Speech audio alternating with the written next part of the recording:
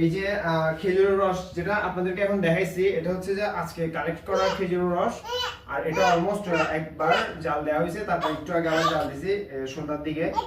তো অনেকে কি করে জাল দেওয়ার পরে এটা প্লাস্টিকের বোতলের মধ্যে ইয়া করে, এই যে রেখে দেয়। প্লাস্টিকের বোতলে রাখলে তারপরে 2-1 দিন পরে এটা আবার একটা ব্যবসা বন্ধ হয়ে যায়। এর চেয়ে বেটার হচ্ছে যে আপনারা এরকম কাঁচের বোতল নেবেন।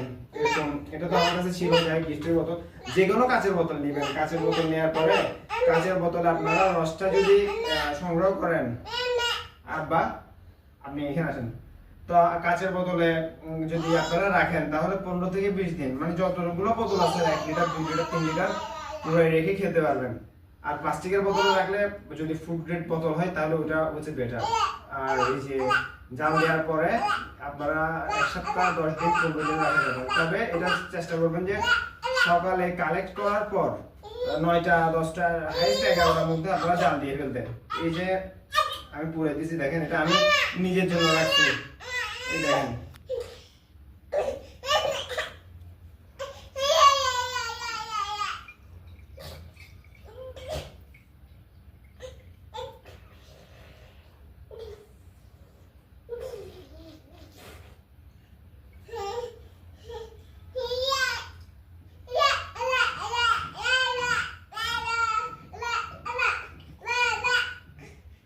আপনি দিয়েছেন, কালারটা দেখান।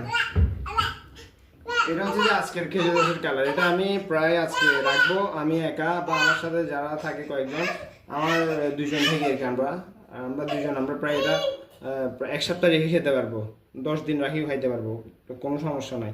তবে এই যে প্লাস্টিকের বোতলে রাখবেন না, কি প্লাস্টিকের বোতলে না রাখাটাই ভালো। মূলত এই দেখানোর উদ্দেশ্য হচ্ছে যে কাঁচের বোতলে আপনারা খেজুর রস এইটা সিদ্ধ করে জাল দেওয়ার পরে তারপর সংগ্রহ করবেন। আর আমাদের ট্রেটা চলতেছে, আর 10 থেকে 15 দিন পাওয়া যাবে। Thank you.